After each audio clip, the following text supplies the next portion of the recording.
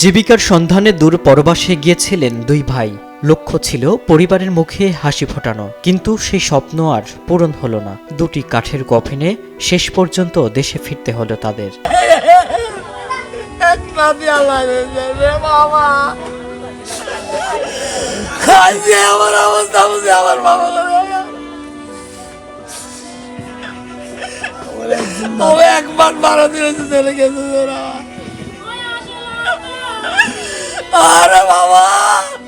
ঘটনাটি লক্ষ্মীপুরের চন্দ্রগঞ্জ উপজেলার গনিপুর গ্রামের। খলিফার বাড়ির আব্দুল মালেকের দুই ছেলে সজীব ও সুজন।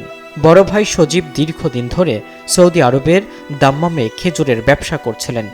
পরিবারের সহায়তায় এ বছরের শুরুতেই ছোট ভাই সুজনকেও সঙ্গে নিয়ে যান তিনি। কিন্তু ভাগ্যের নির্মম পরিহাসে গত 15 জুলাই রাতে খেজুর বোঝাই পিকআপ নিয়ন্ত্রণ হারিয়ে ট্রাকের সঙ্গে ধাক্কা খেলে ঘটনাস্থলেই প্রাণ হারান দুই ভাই।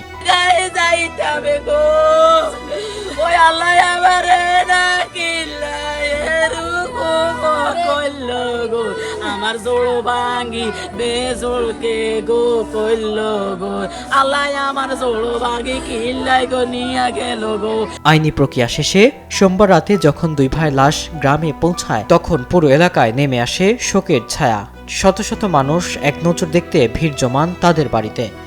স্বজনদের আহাজারিতে বাতাস ভারী হয়ে ওঠে। স্থানীয়রা জানান, সজীব ও সুজন দুজনেই ছিলেন অত্যন্ত ভদ্র ও পরিশ্রমী।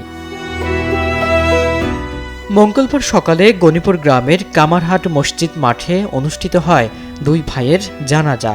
স্থানীয় জনপ্রতিনিধি থেকে শুরু করে সাধারণ মানুষ সবাই চোখের জলে বিদায় জানান তাদের।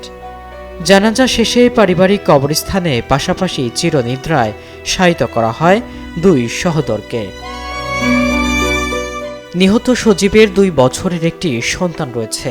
পরিবারের মূল 2 উপার্জনক্ষম মানুষকে হারিয়ে এখন এক চরম অনিশ্চয়তায় পুরো পরিবারটি। প্রবাস জীবনের এই কঠিন ও নির্মম চিত্র পুরো গনিপুর গ্রামকে স্তব্ধ করে দিয়েছে। স্বজনরা এখন কেবলই চান দুই ভাইয়ের রুহের মাগফিরাত।